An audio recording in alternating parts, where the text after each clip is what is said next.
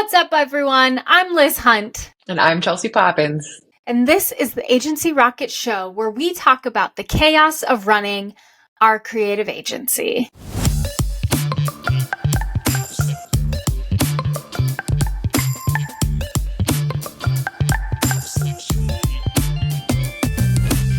Woo. And so we're in the middle of our brand series where we're talking about branding at our agency and some tips and tricks that we activate in our day-to-day. And so today we're going to be talking about the importance of brand consistency. So it's incredibly important for businesses to be experienced in the same way across the board and across all platforms and marketing channels. So when we talk about what brand consistency is, we're talking about that brand identity, the messaging across all of your channels, the color palette and Liz and I have talked about the brand guidelines and things in the past. Mm-hmm. And so there's a lot that goes into brand consistency. Liz, in your words, what would you say brand consistency is? Yeah. So I would say brand consistency is maintaining your brand, the emotional, the visual, the messaging, every version of your brand, the core elements of your brand, maintaining that across the board. Every version of it. In the visual format, obviously, like that is kind of like right? Your logo and your color palette, like you said, your fonts and everything like that. But then we also want to talk about maintaining your messaging and maintaining, kind of those undercurrent core values of your brand and your brand promises, and even things like what is the experience and personality of the brand. We want to make sure that those things are also happening when people walk into your store, when people are talking to your staff. Any sort of touch point that you have across the board with your organization, we want your brand to be infused into all of those places, right down to like, how does your office smell when people come into it? When people walk into your space? Sorry, that was How dirty. do you smell? I know, sorry. That's weird. When someone walks into your office, like, how does it smell? Does it smell like a dirty garage? Or does it smell like you were intentional about how you wanted your customers to experience your space? Those are things that can help reinforce your brand and can really help create some definition and identity to the brand. And so making sure that those things are consistent can really help solidify and build that foundation of a brand and build a lot of equity with your customer base. When we talk about the brand consistency, the reason that we love this idea in branding is that it builds a lot of loyalty for your audience. It builds a lot of trust with your customers because they know what they're going to get. They know that anytime they show up to your doors, they're going to get a smiling staff member. They're going to get a great cup of coffee, or they're going to get, whatever it is that they are coming to you for. They know that they're going to get something that they are expecting. And people love that. Typically, they love to show up to a place that they know they're going to get exactly what they are after. And so that creates a lot of loyalty. It creates a lot of trust, and it builds a lot of equity with your customer base. And so that's what we want to talk about today. That is building brand consistency. So, yeah. I mean, you make a great point that it's not just the visuals. It also comes down to that customer service and how your employees are receiving and interacting with customers out there. If people are paying a price, specifically, like, I know we're gonna talk about examples here, but like Starbucks, you know what to expect. I'm not a huge fan of Starbucks, I'll just say it, but you're paying a high price for a coffee that you know what you're gonna get, and there's no real like surprises. It's on every corner, it's available, it's accessible, and I mean, if we're using our agency as an example for brand consistency, you know that you're going to get Liz and I. You know that we're going to treat you with respect. You know that we're going to be highly detailed and set expectations, and our meetings are, you're going to be like, this is a discovery meeting. It's going to be, all the expectations are set out there, and we're readily available. If you email us, if you call us, if you text us, you're going to have the same experience across the board. We're going to be there for you and help you the entirety of the project. And the same goes for the level of quality and pride we take on the stylescapes and the branding and everything we give our people. That's that brand consistency. Like, we're quirky, we're professional, but we're fun. You're going to have a little fun in the process. Like, that's our brand. That's what to expect from us. So like, as we get into brand consistency, I think it's important to show you guys like some actual real life examples that you might have seen already in your day to day or just noticed and maybe not even processed them. So Liz, when it comes to bad brand consistency, who comes to mind? Or what are some examples that come to mind? So I love talking about bad examples and good examples, actually, both. This is so fun. One of the ones that we were talking about earlier that is like a terrible example for the visuals of bad consistent branding is Pepsi. I feel like they're changing their logo every couple of years and not in a good way. There was the one, I don't remember when it was, but it was only a few years ago. And it was like this weird half smirky smile thing. And I cannot even tell you how many different versions I saw online of people making their own memes of the weird Pepsi logo mark that they created. My favorite was an old man with a plumber's crack hanging out, and like they were just all over the place and they've been an absolute mess. They've been so inconsistent with their brand and it feels like they just don't know who they are or what they stand for. They don't know their customer. I mean, yeah. And those two are kind of do fall in line very much so. Like if you don't know who you are, then you probably don't know who your customer is either. Yeah, that's a great point. And I just remember even as a designer, of course, I specifically hated that rebrand. I thought it was one of the worst things I'd ever seen, especially for how much money I know they spent on it. Liz wrote a scathing email to the Pepsi Corps. I mean, I didn't do that, but it was definitely one of those things where it's like, okay, somebody here, I just question who. You're like, who was in the room when this was developed? Yeah, who did this? Who's doing this? Yes, but the cool thing, the other side to it is, I'm always trying to be the positive, right? But I feel like because they are always changing, now they're in a version of their logo because they just recently redid it again. Their newest version of their logo, to me, it harkens back to some of the original ones that were actually really good. Not original, but like some of the older versions that were actually great. Right now, I think their logo is like pop off, even though, I hate that word, but it's a great logo mark. And I think the typography is good and everything like that. So like, at least they are changing it enough that at some point they're going to get it right.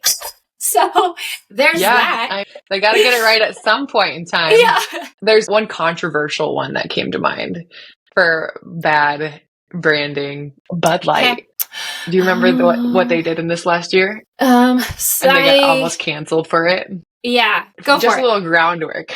Bud Light's audience is blue collar. It's like a PBR Coors Light.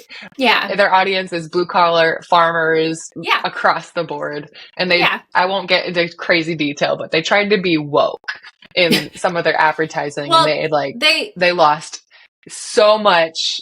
They tried to like market to a different audience and they lost the LGBTQ so much revenue from their blue collar workers. Yeah. So they had now I'm getting into detail. I mean, it's fine. It was a trans advertisement. And because of it, they lost a lot of these blue collar conservative. That was a core customer. And because of it, like they didn't understand their audience. That guy got fired because he wasn't actually catering to the heart of people that are actually purchasing Bud Light at the end of the day. That one's a good example for bad brand consistency. How they were trying to expand their brand. It just was an epic fail. Right. And that's the thing is like they didn't know their audience. You know what they should have done is they should have taken the exact same drink, Bud Light, continued to sell it. Bud Light, it's for this group of people. That's perfect.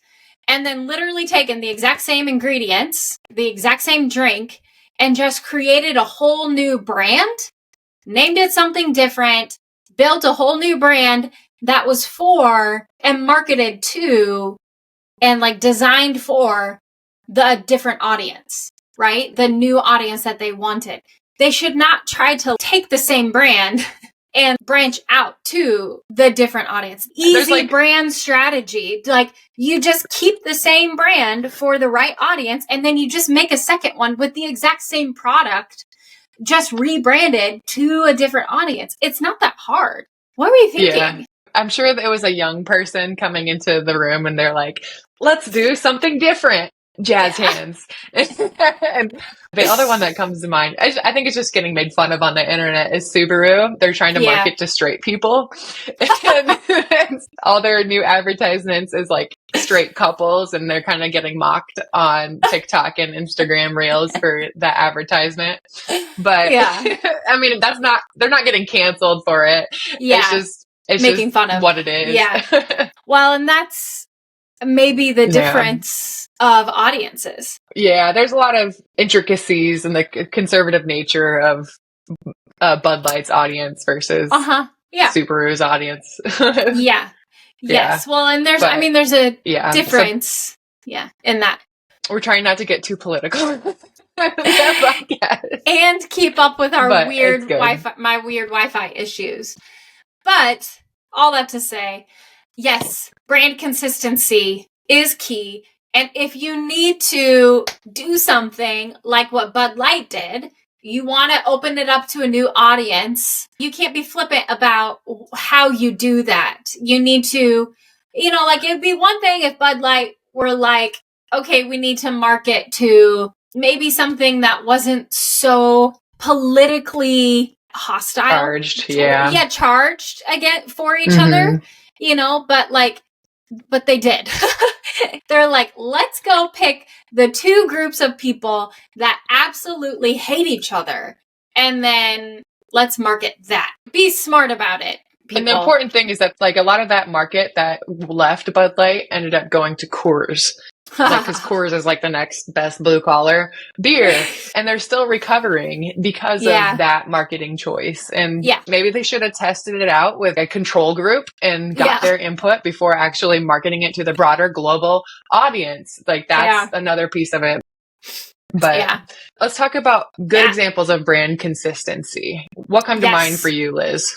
Well, my favorites and my go-tos to talk about are always Nike and Starbucks. Starbucks is the same every Starbucks store you walk into. It smells the same. It sounds the same. The drinks taste the same. The staff are the same. The packaging, the colors, the branding, the look of the interiors are the people, same. The workers. But I mean, the workers are going to get your name wrong on the cup, and you know that's going to be what it is. It's so literally the same. There are internet jokes about it all over, right? Like, we all can talk about Starbucks and everybody gets it. That is brand consistency. If people can make jokes about you, about how workers all get the wrong names or spell it wrong on the internet, like, that's brand consistency. The thing is any Starbucks you go to, if you order a drink, no matter which store you go to, your drink is going to taste the same. If you walk into a Starbucks, all the chairs and tables look the same. The furniture all looks the same. The packaging all looks the same. The products look the same. That is brand consistency that has been curated and done well to every single little detail. They are meticulous about it, and that is amazing brand consistency. I mean, cheers to Starbucks for honing in on that kind of stuff. They've done an amazing job of that, and they have created an incredibly loyal customer base. They are the largest coffee shop chain in all of North America, maybe the world. I don't know those kinds of things, but as far as that kind of stuff goes, everybody knows Starbucks. Everybody's had a Starbucks drink. When you think of coffee, you think of Starbucks. Mm-hmm. It's one of those things. They have done an incredible job with their brand. And consistency is a huge part of that. Mm-hmm. Yeah. Mm-hmm. And we've talked about Nike, and everyone recognizes the swoosh. Everybody knows the just do it. They know the tagline. Kids are brainwashed from a young age to be geared towards Nike. Even my little nephew is like, I want Air Jordans. I want Jordans. There's the cool thing. I went to talk to some kids and read a book to like this elementary class, and I wore my Jordan Air ones, and like all the kids were like, ooh, those are so cool. Like even, it's so interesting that from a young age, they still recognize these core brands like Gatorade or Nike. And they're just like in front of these kids from a young age that when, by the time you become an adult, it's kind of like, what's that word? Like not grassroots, but it's just like a filtered system through your entirety of your life is going to be recognizable brand. And they do such a good job of it. They have a good team, and they have a good brand, and they've done a great job of it. But the same goes for Apple. Everybody knows what to get from Apple. If you have an Android phone, you're going to get judged for it. If you have an Apple, it's associated with sleek, minimalist, high-tech design because they're coming out with a new one every single year. And it's cool to have the newest version of whatever, MacBook, iPhone, iPad, whatever it is. And so it's like recognized as that top brand for a reason for like all these tech-savvy audiences. Yeah. And they do a good job of kind of staying on top of that high quality brand recognition. Yeah, for sure. Well, Apple is one of those that I think people really started grasping the idea when they became one of the first or whatever that started really talking about design first thinking. And it shows. They are one of the richest or the richest companies in the entire world. And they talk about design first thinking. Remember when the iPhones used to have one button for just the simplification of the user experience? And they understand their audience because they understand that people don't want to make big decisions, even if it's just having one button on the phone. Yeah. Like that used to be. Yeah. And that's simplifying people's process of the mind.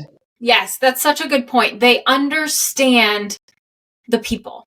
And I think that's what a lot of these great brands have done is they have made it consistent, and they have also listened to their customers. They understand their customers on such a almost like subconscious level. I would say actually to a subconscious level, especially Apple. It is subconscious the way that we use our phones. They talk about how even children, toddlers, can use the phone because it is so intuitive.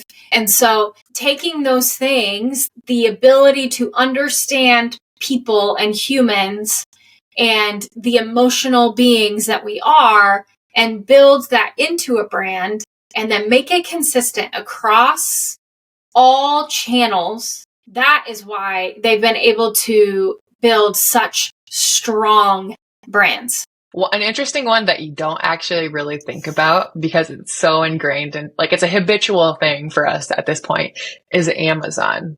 Because what is a substitute for Amazon? Do you have one? No. Amazon. No. I was like, Amazon is Amazon. I mean, maybe Etsy, but that's more like artists and like individual people. And obviously Amazon has that too. People can hop on Amazon and sell their stuff, but like there's only one Amazon. And it's the simplification of returns now that they have the like, QR code. And making people's lives easier just by dropping it off and not needing a box or anything. Oh, I know. I love it. Like, oh, it's going to be here tomorrow. Yep. It's like convenience. Fast delivery. They have their warehouse model. Yeah. Convenience. And now it's instant gratification. That's all our mentalities now with social media and like what's next. And like they really nailed their brand consistency and their business model to the point where you don't actually recognize it. It's just a part of your day to day. Yes. Something that I've told people in the past before is like, if I don't have to think about you, you're doing something right. And I know that that seems counterintuitive, but that's actually like a big time compliment. If I'm having to think about your brand, or if I'm having to think about your service, then you're already having a negative point against you, because I want things that are so incredibly intuitive, convenient, easy to use, all these things that I don't even have to think about it. And that's what, like you're saying, Amazon, Apple, all these organizations have figured out, is that they are so easy and convenient to use. We don't even have to think about them. They are just ingrained into our lives. They built it in such a way that it is, at this point, part of our lives now, and we don't even think about it. If you can understand your customers to the degree that they don't even think about you, then you're doing something right. And that is a lot of times the goal. And then again, do that consistently across all channels, across all platforms. And I'm not necessarily talking about marketing, because if you're marketing, obviously you're trying to raise brand awareness and obviously you want people to think about you. But I'm talking about when people are using your service or using your product, right? If they have to think about having to use it, then you're not doing something right. Yeah, I think to your point, what leads to that brand inconsistency is that confusion. Like you say, when you actually have to think about, like, what do they offer me and how do I use it? Or how do I do business with this brand? What value am I gaining? If I have to ask the question, that's going to lead to that. I don't need to question a new brand on the rise if I already know a brand that I love and I want to use. And I think that goes back to our point of how to achieve brand consistency.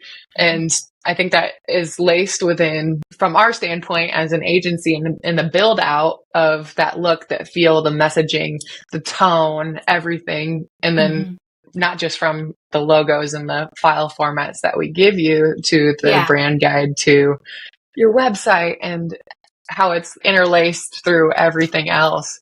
It's just like an entire strategy that needs to be mapped out and not just thrown out there to be received. And like, when you're starting off, it's a give and take. If you're just starting off and you're like, your main goal is just to do, go ahead and just do it. And then refine as you go. But it's just like little things to be aware of, whether you're a creator listening to this podcast or like a new business owner. Like, obviously you can't do it all the time, but these are just things to be aware of as you're doing this. And obviously we're giving you examples of extremely large brands with an extremely large budget. And that might not be you. You're not all a Bud Light, but these are just like big time examples that you're going to be able to relate to as you build out your business or businesses for other people. It's such a good point, because basically visual identity is literally just the starting point. That's just the jumping off point to get you to the rest of the customer experience. Building a brand essentially is building the customer experience. What your customers feel and think and understand and perceive about you is your brand. That, at the end of the day, that is what your brand is. The visual identity is the first thing, right? That's one. And then you have all these other building blocks that you do to build that customer experience, which is stuff like what you're saying, like training your staff on how to operate in your core values. You are building the interior and exterior of your building to look and feel and smell and be all the things that are consistent with your brand. And you are building systems and operations and policies and procedures that are consistent with your brand and your brand core values. And then just like every little thing that is who you are as a business needs to be consistent with the brand core values, the brand personality, all those things, because all of those things are what a customer is considering your brand to be. That's what a customer experiences as part of you. So like you can have a really fun, cool logo and be really cutesy and all this stuff. But if when they walk in and they hate the person that they meet on staff, that logo is not going to make a world of difference to them, because the first staff person that they meet was grumpy to them and they're going to be like, that company sucks. So like having the brand consistency is what we're talking about. And it's the consistency, not just with the visuals, it's everything that a customer touches.